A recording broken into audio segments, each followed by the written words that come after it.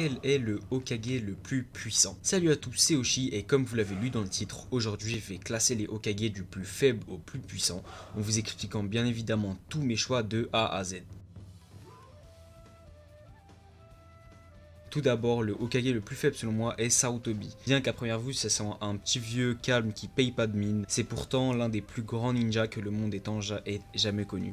On le surnommait même le dieu Shinobi, qui était anciennement le surnom de Hashirama, donc le créateur de Konoha, c'est pour vous dire. Il a une parfaite maîtrise de tous les types de chakras, donc Katon, Suiton, etc., etc.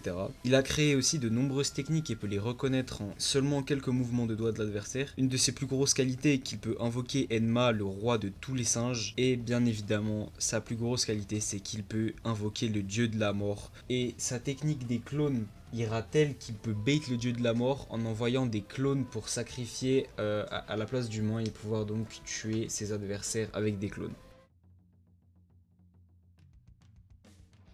Ensuite, nous avons Kakashi. Bien que ce soit un des ninjas les plus doués et que ce soit le apprenti du 4ème Hokage, il se retrouve à la 2ème place du plus faible, tout simplement car après il y a mieux, Il a arraché l'œil d'Obito et il peut copier toutes les techniques, il en possède d'ailleurs plus que 1000. Sa meilleure stratégie en combat est le Chidori, donc c'est la meilleure technique de foudre existante. Malheureusement, il n'a pas de bonne gêne, il possède extrêmement peu de chakra, mais malgré tout, il possède quand même une vitesse extraordinaire pour pallier à ce manque. Il a éveillé son Mangekyo Sharingan, donc il peut utiliser tous les pouvoirs spatio-temporels, le Kamui, et quand Obito lui donnera le 2ème œil, il pourra enfin invoquer le Susanoo, qui est une technique propre au Uchiwa de base. À la fin de la guerre, Obito reprend ses yeux et Kakashi reste Hokage pendant 15 ans avant Naruto. Ensuite, à la 3ème place la plus faible, nous retrouvons Tsunade. Tsunade, elle descend du clan Senju et Uzumaki. C'est la meilleure kunoichi de tout Naruto et Naruto Shippuden, donc c'est la meilleure manga femme tout confondu. Elle a un chakra impressionnant qui lui vient de son grand-père Hashirama parce qu'elle est descendante du clan Senju et elle a les capacités physiques des Uzumaki. On le voit dans son combat contre Madara qui dure une demi-journée, elle ne se laissera pas démonter, elle se battra extrêmement bien. Sa plus grosse qualité c'est qu'elle peut invoquer Katsuyu, c'est la larve géante qu'on voit souvent en combat. C'est une larve qui permet de soigner tout le monde.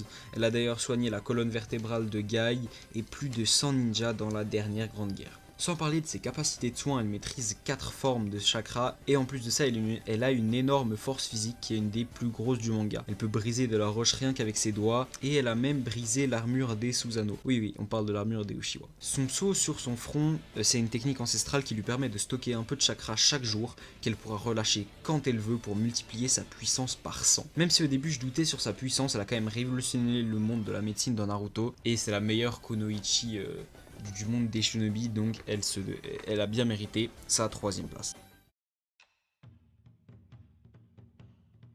Ensuite arrive Tobirama Senju. C'est le petit frère d'Hashirama, donc le petit frère du créateur de Konoha. Il a créé la plupart des institutions qui permettent de garder le village sur pied, donc la police, l'école ninja, etc., etc.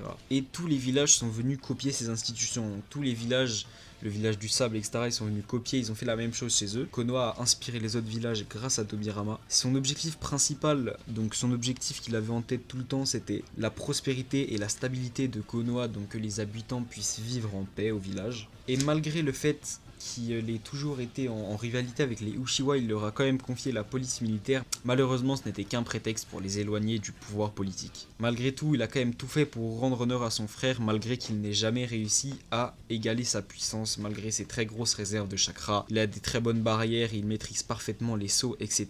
C'est d'ailleurs le meilleur utilisateur du Suiton, donc c'est la technique du chakra qui est en rapport avec l'eau. Il peut invoquer des dragons d'eau énormes et des cascades à partir de simples gouttes présentes dans son organisme.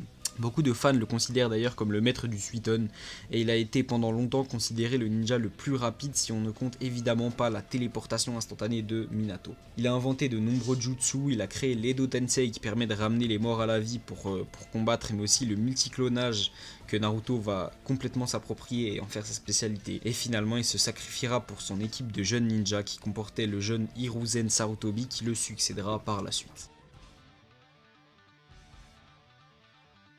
Ensuite, Minato Namikaze, alias l'éclair jaune de Konoha. Il a fait trembler des armées à lui seul pendant la troisième guerre et il a d'ailleurs été nommé Hokage après cette grande guerre au détriment d'Orochimaru. C'est le ninja le plus rapide de son époque, même si en vitesse pure, sans sa téléportation, il ne dépasse pas Obirama. Il maîtrise le Katon, le Raiton, les sauts et il est capable d'invoquer le maître crapaud. Il a d'ailleurs appris, grâce au maître crapaud, le mode ermite, qu'il ne pourra malheureusement garder que quelques secondes en combat. Sa plus grosse technique, qui ira jusqu'à être une des meilleures techniques de son fils, reste le Rasengan, une technique qui fait en sorte de faire tournoyer le chakra dans sa paume afin de l'envoyer à toute vitesse sur l'ennemi. C'est une technique qui utilise extrêmement peu d'énergie et relativement rapide à utiliser, qui montre tout le génie de Minato. Il se sacrifiera pour sauver Konoha de Kyuubi qu'il va sceller dans son fils. Cet acte qui sauva le village condamnera malheureusement son fils qui sera rejeté de tous étant donné qu'il sera le seul pendant sa jeunesse à ne pas savoir qu'un bijou est scellé en lui.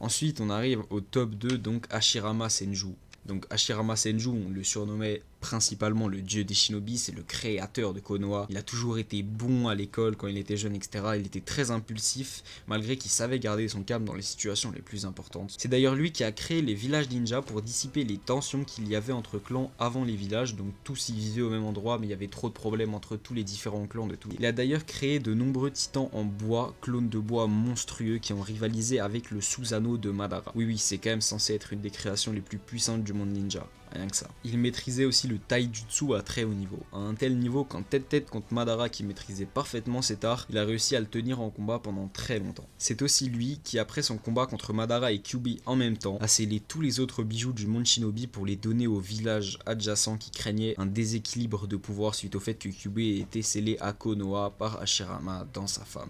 Donc en gros, Hashirama est tout simplement un GOAT qui paraissait jusqu'à très peu indétrônable. Alors, qui d'autre pour le détrôner que Naruto Uzumaki? Je ne vous le présente plus, enfant rejeté et harcelé de tout ce qui a fini par devenir le plus grand héros du monde shinobi et donc un des plus grands ninjas jamais apparus dans ce monde.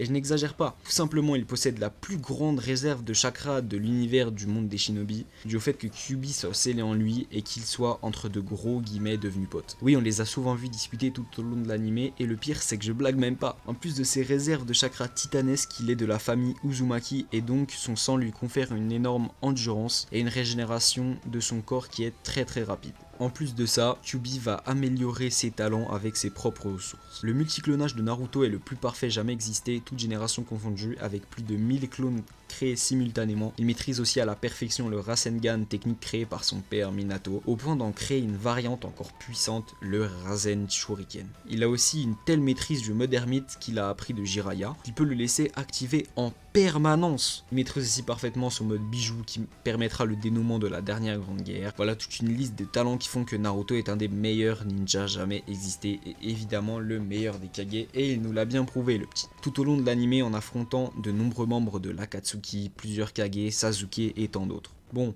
toutes ces éloges nous ne les devons pas qu'à Naruto car comme dit précédemment, Kyuubi est scellé en lui et Naruto l'a sorti du cercle de haine dans lequel il s'était lui-même enfermé. On peut donc dire sans trop s'avancer que sans Kyuubi, Naruto ne serait pas ce qu'il est devenu. Après la 4ème grande guerre, il sera capable grâce à Kyuubi d'utiliser le mode Ermite Rikudo qui lui permettra de puiser dans les réserves de chakra de tous les bijoux en même temps. Et même si certains diront que c'est normal que Naruto soit le plus fort car bon ça reste le protagoniste de son manga, il faut rappeler que son succès est dû d'une partie à Kurama bien évidemment mais aussi et surtout à son entraînement strict et rigoureux pendant de longues années car à l'enfance il n'avait aucun don, il avait trop de chakra pour réaliser toutes les techniques banales qu'il apprenait en cours de ninjutsu à l'école et c'est toutes ces capacités que Naruto apprendra au fur et à mesure de l'histoire qui feront qu'il deviendra un Kage parfait à l'écoute de son peuple et qui n'aura comme objectif une seule chose, la prospérité de ces gens. Bien évidemment, je n'ai pas pu citer tous les résultats de mes recherches dans cette vidéo, mais j'ai essayé de relater les informations qui me paraissaient primordiales à leur compréhension du top.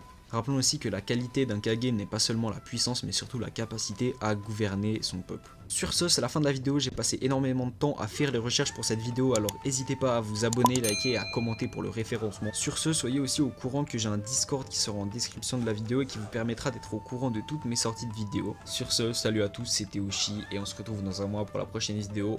Bye!